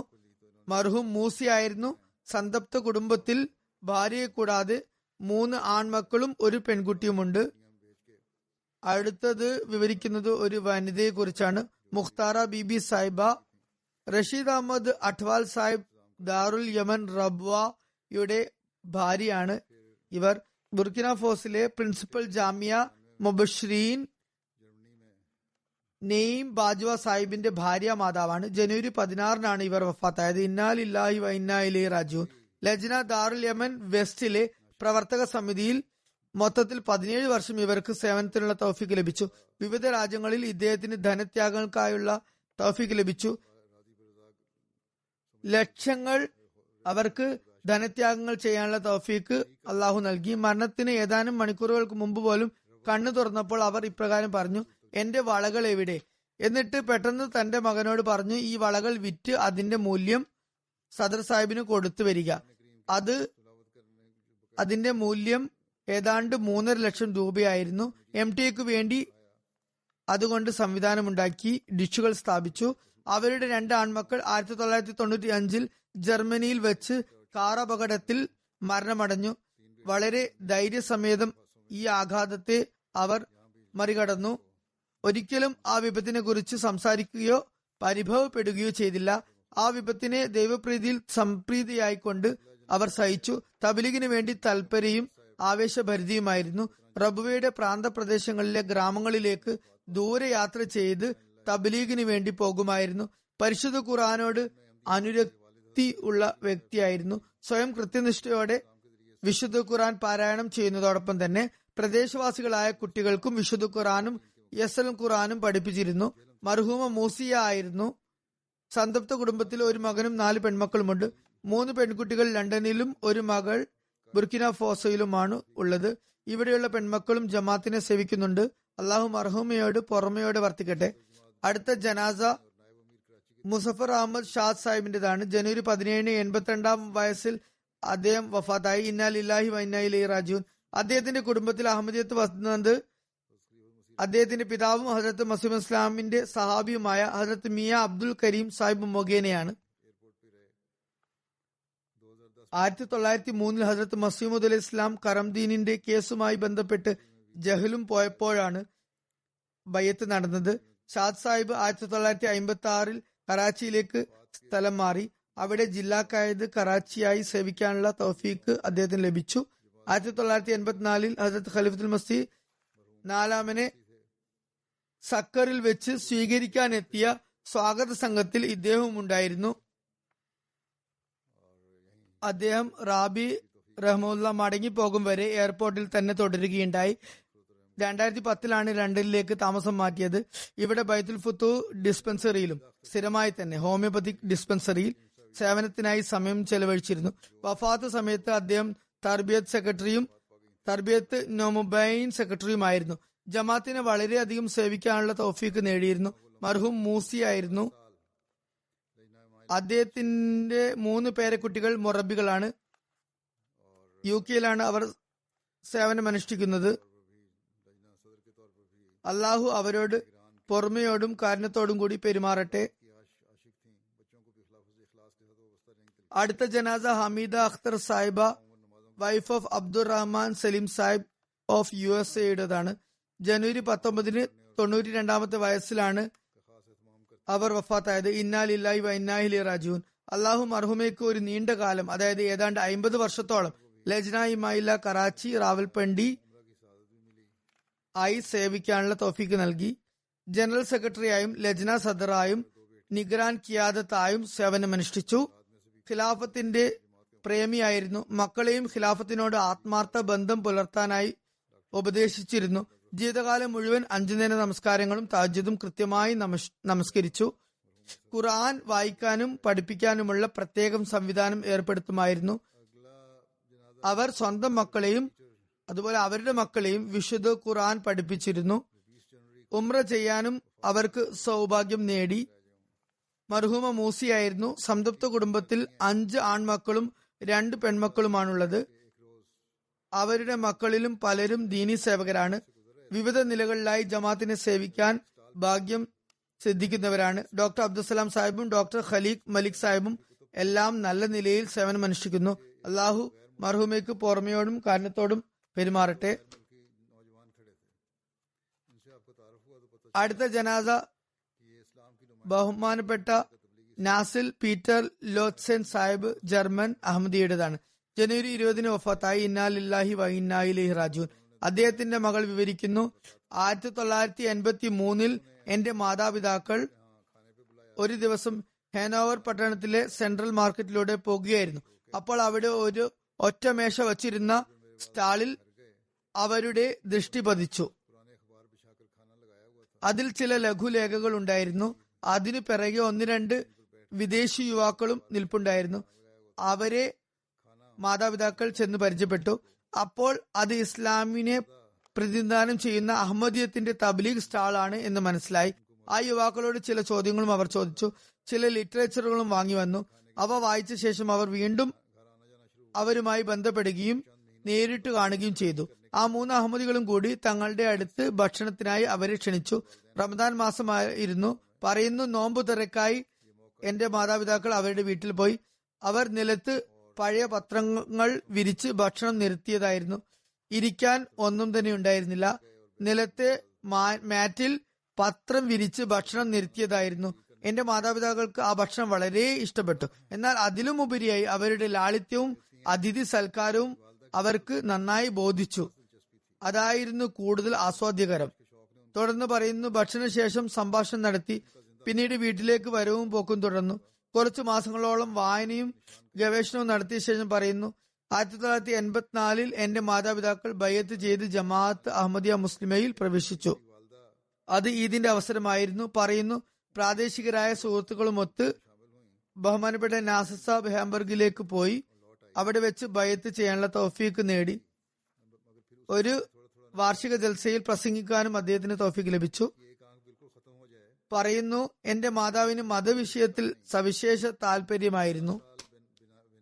സത്യമതത്തിന്റെ അന്വേഷണത്വര അവരെ അഹമ്മദത്തിലേക്ക് ഹഠാതാകർഷിച്ചു. അപ്രകാരം അവർക്ക് ജീവൽ ദേവുമായും ബന്ധം സ്ഥാപിതമായി.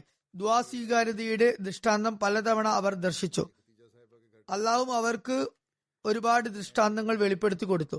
പറയുന്ന എന്റെ മാതാവിന് ഒരു കണ്ണ് കാണുകയുണ്ടായിരുന്നില്ല. 1986 ജൽസ സാലാന UK പങ്കെടുത്തപ്പോൾ പെട്ടെന്ന് അവരുടെ കാഴ്ച ഒരു പരിധിവരെ തിരികെ ലഭിച്ചു. ആ കണ്ണ് പൂർണ്ണമായും അടഞ്ഞതായിരുന്നു. പിന്നെ സ്വല്പമായി കാഴ്ച കിട്ടാൻ തുടങ്ങി. പറയുന്നു, ഒരു കണ്ണിന്റെ കാഴ്ച പൂർണ്ണമായും ഇല്ലാതായ ഒരാൾക്ക് ശേഷം ഇപ്രകാരം സംഭവിക്കുന്നത് ഒരു അത്ഭുത ദൃഷ്ടാന്തത്തെക്കാൾ ഒട്ടും കുറവല്ല.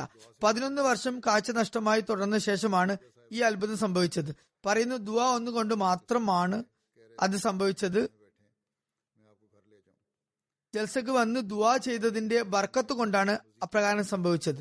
പിന്നീട് ലണ്ടനിലെ ഒരു ജർമ്മൻ അഹമ്മദിയായ ഖദീജ സാഹിബയുടെ വീട്ടിലായിരുന്നു താമസിച്ചിരുന്നത്. പറയുന്നു, ഒരിക്കൽ എന്റെ മാതാപിതാക്കൾ ആ വീട്ടിൽ നിന്നും നടക്കാനായി പുറത്തിറങ്ങി. കുറച്ചു ദൂരം പിന്നിട്ടു. തിരികെ വരാനുള്ള വഴി മറന്നുപോയി. ഇരുട്ട് പരക്കും തോറും അവരുടെ വെപ്രാളവും അധികരിച്ചു വന്നു. ട്രാഫിക് വളരെ കൂടുതലായ ഒരു റോഡിലായിരുന്നു നിന്നിരുന്നത്. എവിടെയാണ് നിൽക്കുന്നതെന്ന് ഒരു ധാരണയും ഉണ്ടായിരുന്നില്ല. അന്ധകാരം കൂടുതൽ വ്യാപിക്കുകയും വഴി മറക്കുകയും ചെയ്തപ്പോൾ എന്റെ പിതാവിനോട് പറഞ്ഞു, വരൂ നമുക്ക് ദുആ ചെയ്യാം. ദുആ അവസാനിച്ചപ്പോഴേക്കും ഖദീജ സാഹിബയുടെ ഒരു മരുമകൻ വണ്ടിയുമായി മുന്നിൽ നിൽക്കുന്നത് കണ്ടു. എന്നിട്ട് പറഞ്ഞു, വരൂ വണ്ടിയിലിരിക്കൂ, നിങ്ങളെ ഞാൻ വീട്ടിലേക്ക് കൊണ്ടാക്കാം. ദുആ സ്വീകാര്യതയുടെ ആ ദൃശ്യം അവരുടെ ഈമാനിൽ കൂടുതൽ നവോന്മേഷവും ദൃഢതയും ഉളവാക്കി. ലെയ്ക് മുനീർ സാഹിബ് മൊറബി ജർമ്മനി എഴുതുന്നു, ലിറ്റ്സൻ സാഹിബിന്റെ മുഴുവൻ കുടുംബവും അഹമ്മദികളായിരുന്നു. അപ്പോൾ നമ്മൾ പറയുമായിരുന്നു, ഇത് ഏക ജർമ്മൻ അഹമ്മദി കുടുംബമാണ്. വളരെ ആത്മാർത്ഥനും അല്പഭാഷിയും മാന്യദേഹവുമായിരുന്നു അദ്ദേഹം. ലിറ്റ്സൻ സാഹിബ് ധനത്യാഗത്തിലും മുൻപന്തിയിലായിരുന്നു. തബ്ലീഗ് പ്രോഗ്രാമുകളിൽ ലെക്ചർ നൽകുമായിരുന്നു. അദ്ദേഹത്തിന് മുമ്പാകെ ഹദ്റത്ത് മസീഹ് ഇസ്ലാമിന്റെ പേര് പറഞ്ഞാൽ അദ്ദേഹത്തിന്റെ കണ്ണുകൾ നനയുമായിരുന്നു.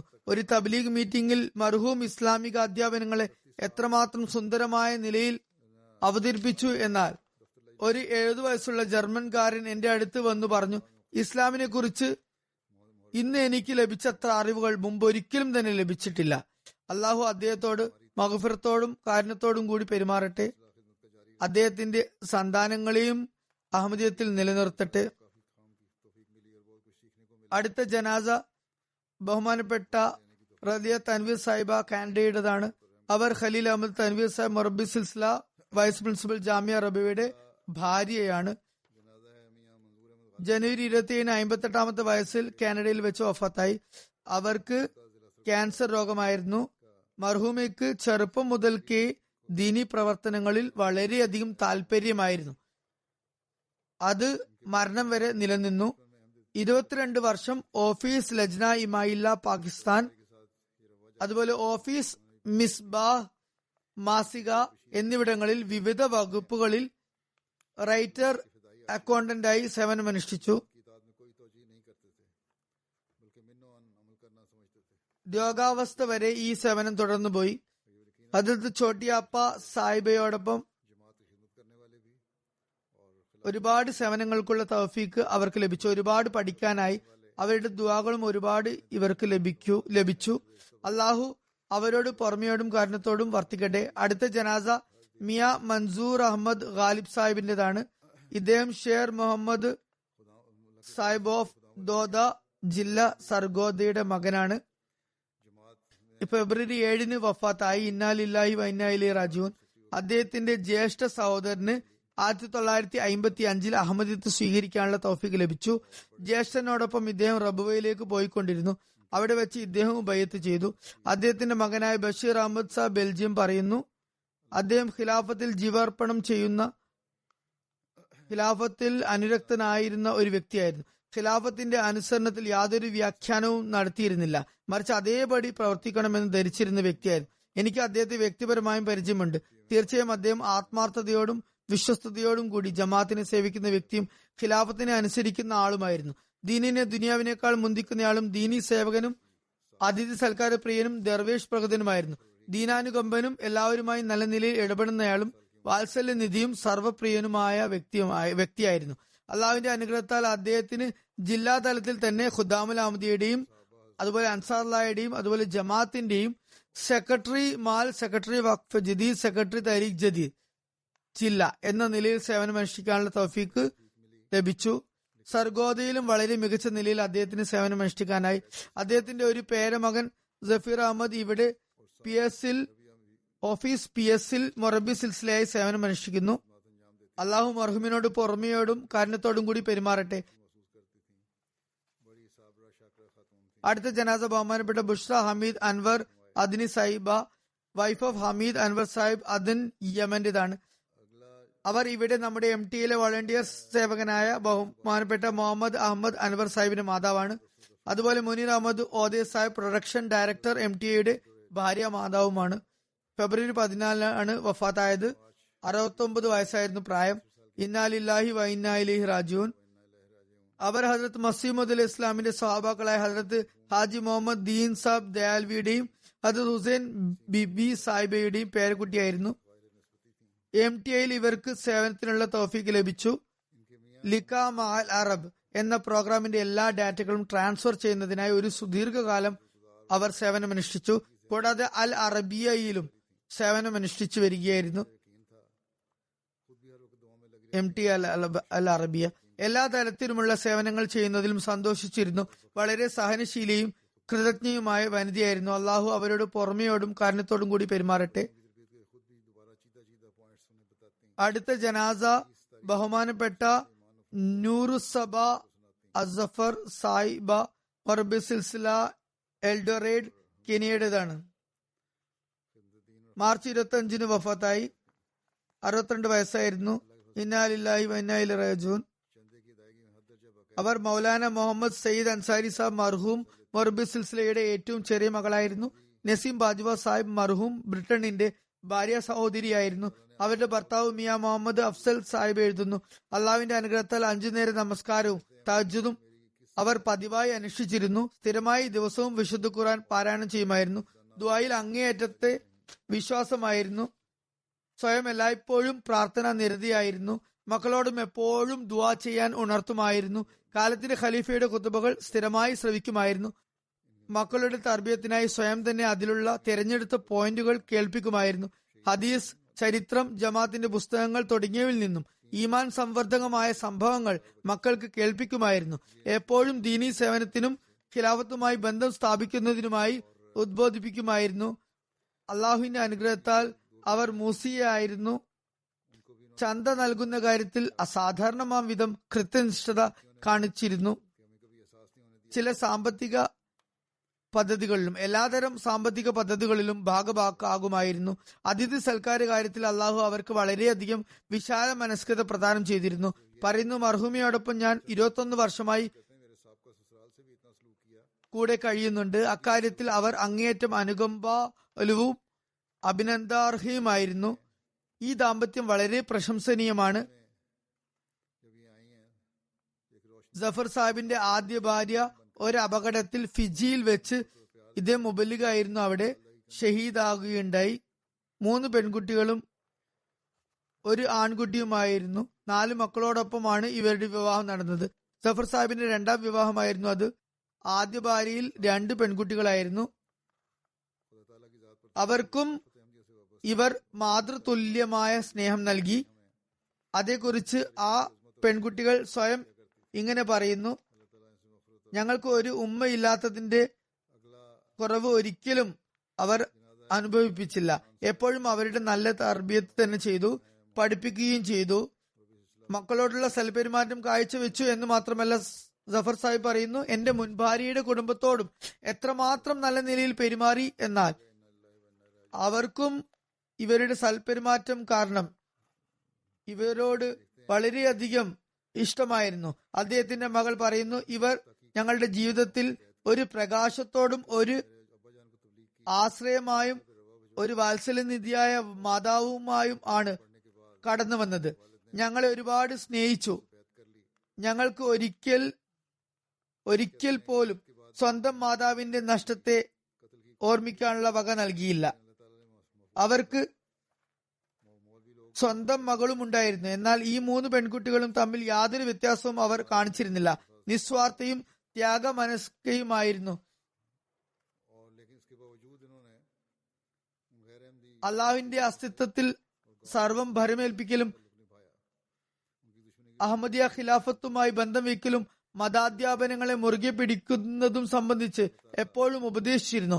എപ്പോഴും ബന്ധങ്ങളുടെ മഹാത്മ്യവും ബന്ധം ഊട്ടിയുറപ്പിക്കുന്നതിനെ കുറിച്ചും പറഞ്ഞു തരുമായിരുന്നു. അള്ളാഹു അവരോട് പുറമെയോടും കാരുണ്യത്തോടും കൂടി വർത്തിക്കട്ടെ.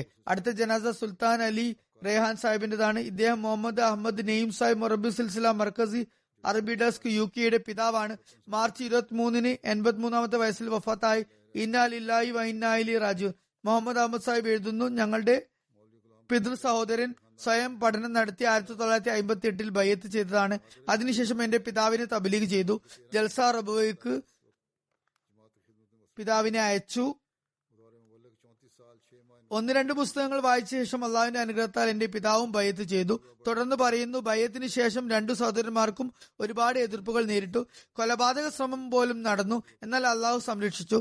മൗലവിമാർ ഗ്രാമത്തിൽ വന്നു പറയുമായിരുന്നു, നിങ്ങളെ കൊണ്ട് 2 ചെക്കന്മാരെ പോലും കൊല്ലാനാകുന്നില്ലല്ലോ. അള്ളാഹു അവരെ സംരക്ഷിച്ചുകൊണ്ടിരുന്നു. എന്നാൽ അത്രയൊക്കെ ആയിട്ടും അവർ അനഹമ്മദി ബന്ധുക്കളോടും നാട്ടുകാരോടും ജീവിതാവസാനം വരെ നല്ല ബന്ധം വെച്ചു പുലർത്തി. അവർ ശത്രുത കാണിച്ചിട്ടും ഇവർ അവരോട് തിരിച്ച് സൽപെരുമാറ്റം കാഴ്ചവെച്ചു.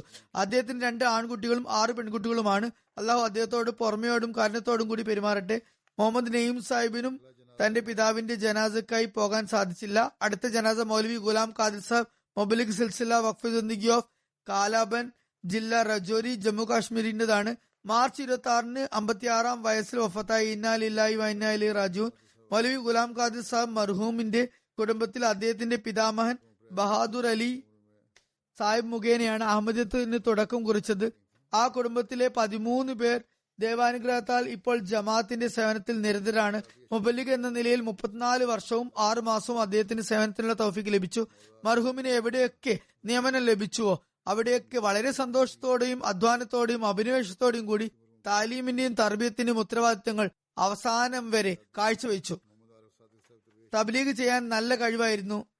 തബ്ലീഗ് രംഗത്ത് ഉണ്ടായ പ്രയാസങ്ങളെയും എതിർപ്പുകളെയും സധൈര്യം നേരിടുന്ന വ്യക്തിയായിരുന്നു. വളരെയധികം സഹനശീലനും കൃതജ്ഞനും മിതവ്യയും തന്റേടിയുമായ മുബല്ലിഗായിരുന്നു. സന്തപ്ത കുടുംബത്തിൽ ഭാര്യയെ കൂടാതെ 3 ആൺമക്കളും 2 പെൺമക്കളും ഉണ്ട്. ഒരു മകൻ ബഷീറുദ്ദീൻ ഖാദിർ ജാമിയ അഹമ്മദിയ ഖാദിയാനിലെ അവസാന വർഷ വിദ്യാർത്ഥിയാണ്. അള്ളാഹു മഗ്ഫിറത്തും കാരുണ്യവും നൽകട്ടെ. അടുത്ത ജനാസ മഹ്മൂദ ബേഗം സാഹിബ വൈഫ് ഓഫ് മുഹമ്മദ് സാദിഖ് സാഹിബ് ആരിഫ് ദർവേഷ് ഖാദിയാന്റേതാണ്. ഏപ്രിൽ 1-ന് 85-ാമത്തെ വയസ്സിൽ ഹൃദയ സ്തംഭനം മൂലം അവർ വഫാത്തായി. ഇന്നാ ലില്ലാഹി വ ഇന്നാ ഇലൈഹി റാജിഊൻ. മർഹൂമ ഹസ്രത്ത് ഖാസി അഷ്റഫ് അലി സാഹിബ് റളിയല്ലാഹു അൻഹു സഹാബി ഹസ്രത്ത് മസീമുദ് അൽ ഇസ്ലാം അലിപൂർ കേട ജില്ല മീൻപൂർ യുപിയുടെ പേരമക്കളാണ്. ഖാസി ഷാദ് ബഖ്ഷ് സാഹിബ് മർഹൂമിന്റെ മകളാണ്. അവരുടെ വിവാഹം മുഹമ്മദ് ആരിഫ് സാദിഖ് സാഹിബ് ദർവേഷ് മർഹൂമുമായി നടന്നു. മർഹൂമ ദർവേഷ് കാലഘട്ടം തന്റെ ഭർത്താവിനോടൊപ്പം സഹനത്തോടും കൃതജ്ഞതയോടും കൂടി കഴിച്ചുകൂടി. പട്ടിണി കിടക്കേണ്ടി വന്ന ഘട്ടത്തിലും ക്ഷമയുടെ മാതൃക കാഴ്ചവെച്ചു. ഒരിക്കലും ആരുടെ മുമ്പാകിയും ദയനീയാവസ്ഥ പ്രകടിപ്പിച്ചില്ല, കൈനീട്ടിയില്ല. നമസ്കാരത്തിൽ കൃത്യനിഷ്ഠ കാണിച്ചിരുന്നു. അവസാന രോഗാവസ്ഥയിലും നമസ്കാരത്തെക്കുറിച്ച് ആശങ്ക പ്രകടിപ്പിച്ചിരുന്നു. ഖുർആൻ പാരായണം വളരെ കൃത്യമായി ചെയ്തിരുന്നു. ചന്തയുടെ കാര്യത്തിലും കൃത്യനിഷ്ഠയായിരുന്നു. ഖിലാഫത്തുമായി സുദൃഢ ബന്ധം സ്ഥാപിച്ചിരുന്നു. ഇത് സംബന്ധമായി മക്കളെയും ഉപദേശിച്ചിരുന്നു. മർഹൂമ മൂസിയായിരുന്നു. സന്തപ്ത കുടുംബത്തിൽ 3 ആൺമക്കളും 2 പെൺകുട്ടികളുമാണുള്ളത്. അള്ളാഹു മഗ്ഫിറത്തും റഹ്മത്തും നൽകട്ടെ. അടുത്ത ജനാസ ഖാലിദ് സാദുല്ല അൽ മിസ്രി സാഹിബ് ഉർദുഖാന്റേതാണ്. അദ്ദേഹം ആ കുടുംബത്തിലെ ആദ്യ അഹമ്മദിയാണ്. 60-ാമത്തെ വയസ്സിലാണ് വഫാത്തായത്.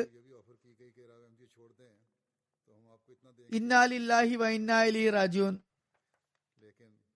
വളരെ ആത്മാർത്ഥനും നമസ്കാരത്തിൽ കൃത്യനിഷ്ഠതയുള്ളയാളും ചന്തകളിൽ കൃത്യനിഷ്ഠയുള്ള വ്യക്തിയും ജമാഅത്ത് വ്യവസ്ഥിതിയെ കണിശമായി പിന്തുടരുന്ന വ്യക്തിയുമായിരുന്നു.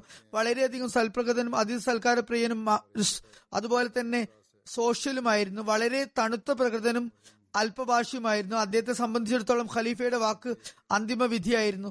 MTA പ്രത്യേകിച്ച് ഖുത്ബ ജുമ കൃത്യമായി ശ്രവിക്കുമായിരുന്നു. അള്ളാഹു അദ്ദേഹത്തോട് മഗ്ഫിറത്തും കാരുണ്യവും ചെയ്യുമാറാകട്ടെ. അടുത്ത ജനാസ ബഹുമാനപ്പെട്ട മുഹമ്മദ് മുനീർ സാഹിബ് ദാറുൽ ഫസൽ റബുയുടേതാണ്. 73-ാമത്തെ വയസ്സിൽ ഏപ്രിൽ 1-നാണ് വഫാത്തായത്. ഇന്നാ ലില്ലാഹി വ ഇന്നാ ഇലൈഹി റാജിഊൻ. 1972-ൽ അദ്ദേഹം ഹസ്രത്ത് ഖലീഫത്തുൽ മസീഹ് മൂന്നാമൻ റഹ്മത്തുള്ളാഹിന്റെ കൈകളിലാണ് ബൈഅത്ത് ചെയ്തത്. അദ്ദേഹത്തിന്റെ കുടുംബാംഗങ്ങൾ മറ്റാരും അഹമ്മദികളായിരുന്നില്ല. അക്കാരണത്തിൽ അദ്ദേഹത്തെ ഒരുപാട് ടോർച്ചർ ചെയ്യുകയുണ്ടായി. അഹമ്മദിത്വത്ത് ഉപേക്ഷിക്കാനായി പീഡനങ്ങൾ ഏൽപ്പിച്ചു. 2003-ൽ അദ്ദേഹത്തിന് ഒരു ഓഫർ നൽകപ്പെട്ടു. അഹമ്മദിയത്ത് ഉപേക്ഷിച്ചാൽ താങ്കൾക്ക് എത്രത്തോളം ഞങ്ങൾ സമ്പത്ത് നൽകുമെന്നാൽ താങ്കളുടെ മക്കൾക്ക് പോലും പിന്നെ ജോലി ചെയ്യേണ്ടി വരില്ല എന്ന് പറഞ്ഞു. എന്നാൽ അദ്ദേഹം അഹമ്മദിയത്തിൽ തന്നെ അടിയുറച്ചു നിന്നു.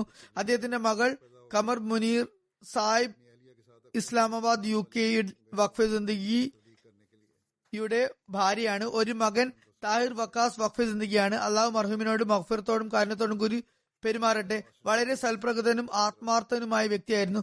എപ്പോഴും ചിരിക്കുന്ന മുഖമായിരുന്നു. ഒരു കാര്യത്തിനും ഒരിക്കലും കോപിച്ചിരുന്നില്ല. 5 നേര നമസ്കാരത്തിൽ കൃത്യനിഷ്ഠനും സമയബന്ധിതമായ എല്ലാ ചന്തകളും അടുക്കുന്ന വ്യക്തിയുമായിരുന്നു. അദ്ദേഹത്തിന്റെ ബന്ധുവായ ഹാഫിസ് സയ്യിദുർ റഹ്മാൻ സാഹിബ് പറയുന്നു, എന്റെ പിതാവ് അദ്ദേഹത്തിന് ജോലി പഠിപ്പിച്ചു. കാരണം അനഹമ്മദി കുടുംബങ്ങൾ അദ്ദേഹത്തോട് നല്ല നിലയിലായിരുന്നില്ല പെരുമാറിയിരുന്നത്. അതുകൊണ്ട് അദ്ദേഹം പിതാവിന്റെ അടുത്ത് വന്നിരുന്നു. അവിടെ അടുത്ത് തന്നെ അദ്ദേഹത്തിന് ഒരു കടയുണ്ടായിരുന്നു. ആ കടയിൽ അദ്ദേഹത്തിന് പണി പഠിപ്പിച്ചു കൊടുത്തു. ശേഷം അദ്ദേഹത്തിന്റെ വീട്ടിൽ തന്നെ താമസമാക്കി. പറയുന്നു, വളരെ സ്ഥിരതയോടെ പള്ളിയിലേക്ക് പോകുമായിരുന്നു. ആദ്യ സഫിൽ തന്നെ പോയിരിക്കുമായിരുന്നു. തബ്ലീഗിന് വളരെ ഉത്സാഹമായിരുന്നു. തന്റെ ഭാര്യയോടൊപ്പം റബുവയുടെ അടുത്തുള്ള ഗ്രാമത്തിൽ മിക്കവാറും തബ്ലീഗിനായി പോകുമായിരുന്നു. അള്ളാഹു അദ്ദേഹത്തോടും മഗ്ഫിറത്തോടും റഹ്മത്തോടും കൂടി പെരുമാറട്ടെ. അടുത്ത ജനാസ മാസ്റ്റർ മുനീർ അഹമ്മദ് സാഹിബ് ദാറുൽ ബർക്കാത്ത് റബിയുടേതാണ്. ഏപ്രിൽ 4-ന് 80-ാമത്തെ വയസ്സിൽ വഫാത്തായി. ഇന്നാ ലില്ലാഹി വ ഇന്നാ ഇലൈഹി റാജിഊൻ. അദ്ദേഹത്തിന്റെ കുടുംബത്തിൽ അഹമ്മദിയത്ത് അദ്ദേഹത്തിന്റെ പിതാവ് മിയ ഉമർദീൻ മർഹൂം സാബ് ഇബ്ൻ മിയ കരംദീൻ സാബ് ഓഫ് ദാത്ത് സെയ്ദ് ജില്ല സിയൽകോട്ടിയുടേതാണ്. 15-ാമത്തെ വയസ്സിൽ അദ്ദേഹത്തിന് സന്മാർഗം ലഭിച്ചു. 1914-ലെയോ 1915-ലെയോ ജൽസയിൽ ഖലീഫ സാനിയുടെ കരങ്ങളിലാണ് ബയത്ത് ചെയ്തത്. സ്വപ്നത്തിലൂടെയാണ് അദ്ദേഹത്തിന് ഹിദായത്ത് കിട്ടിയത്. തുടർന്ന് മാസ്റ്റർ നദീർ സാഹിബ് സർഗോദയിലെ 99 നോർത്തിൽ താമസിക്കുമ്പോൾ അവിടെയുള്ള സ്കൂളിലെ അധ്യാപകർ അദ്ദേഹത്തെ ബഹിഷ്കരിച്ചു. അദ്ദേഹത്തിന്റെ 9 വയസ്സ് പ്രായമുള്ള മകൻ നസീർ അഹമ്മദിന് അതേ സ്കൂളിൽ വെച്ച് ഒരു വിദ്യാർത്ഥിയുടെ കത്തിക്കുത്തേറ്റ് പരിക്കേറ്റിരുന്നു. അതിൽ മാസ്റ്റർ സാഹിബ് വളരെ ക്ഷമ കൈക്കൊണ്ടു.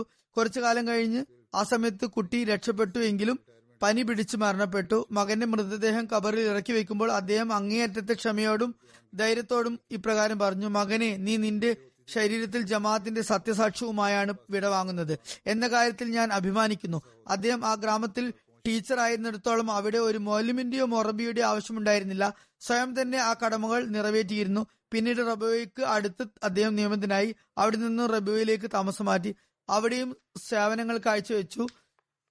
ഒട്ടനവധി കുട്ടികൾക്ക് വിശുദ്ധ ഖുർആൻ പഠിപ്പിച്ചു. പിന്നീട് ഖുർആന്റെ തർത്തീൽ പഠിപ്പിച്ചു. റിട്ടയർമെന്റിന് ശേഷം കാരി ആഷിഖ് സാഹിബുമായി ചേർന്ന് മഹലിൽ തർത്തീൽ ഖുർആൻ ക്ലാസുകളും സംഘടിപ്പിച്ചു. പിന്നീട് മെട്രിക് കഴിഞ്ഞ ഒരു ആൺകുട്ടിയും ഒരു പെൺകുട്ടിയും ഖുർആൻ പഠിക്കാത്തതായി അവശേഷിക്കാതിരിക്കാൻ വേണ്ടി നല്ലവണ്ണം പ്രയത്നിച്ചു. അത്തരത്തിൽ ആരെങ്കിലും ഉണ്ടെങ്കിൽ അവരുടെ വീട്ടിൽ പോയി ഖുർആൻ പഠിപ്പിക്കുമായിരുന്നു. നന്നേ ചെറുപ്രായം മുതൽക്കേ തഹജ്ജുദ് നമസ്കാരം പതിവാക്കിയിരുന്നു. കൊറോണ കാരണം 60-ന് മേൽ പ്രായമുള്ളവർ പള്ളിയിൽ പോകുന്നതിന് വിലക്കേർപ്പെടുത്തിയപ്പോൾ വളരെ സംവിധാനത്തോടെ വീട്ടിൽ നമസ്കാരങ്ങളും ജുമയും അനുഷ്ഠിച്ചിരുന്നു. ഒരു സ്വപ്നത്തിന്റെ അടിസ്ഥാനത്തിൽ താൻ 80 വയസ്സിൽ മരണപ്പെടുമെന്ന് അദ്ദേഹത്തിന് ഉറപ്പായിരുന്നു.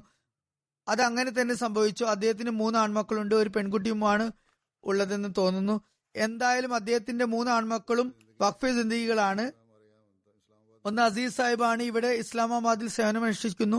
രണ്ടാമത്തേത് നസീം അഹമ്മദ് മൊറബി സിൽസില റബുവ ആണ്. മൂന്നാമത്തേത് സയ്യിദ് അഹമ്മദ് അദിൽ സാഹിബ്, ഇദ്ദേഹം നൈജീരിയയിൽ മൊറബി സിൽസിലയാണ്. ഇദ്ദേഹത്തിനും ഖബറടക്കുന്ന സമയത്ത് വരാനായില്ല. അള്ളാഹു മർഹൂമിനോട് പുറമെയോടും കാരണത്തോടും കൂടി വർത്തിക്കട്ടെ. ഇവരുടെ എല്ലാവരുടെയും ബന്ധുമിത്രാദികൾക്ക്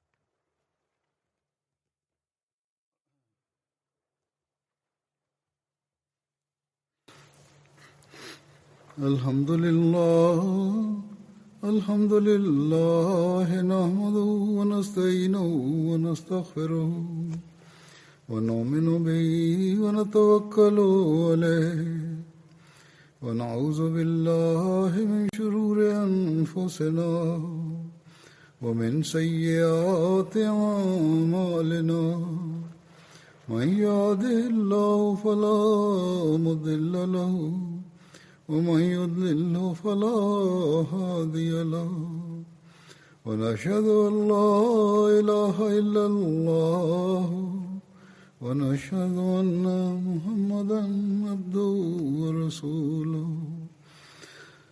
عباد الله رحمكم الله إن الله يأمر بالعدل والإحسان وإيتاء ذي القربى وينهى عن الفحشاء والمنكر والبغي يعظكم لعلكم تذكرون اذكروا الله يذكركم وادعوه يستجب لكم ولذكر الله أكبر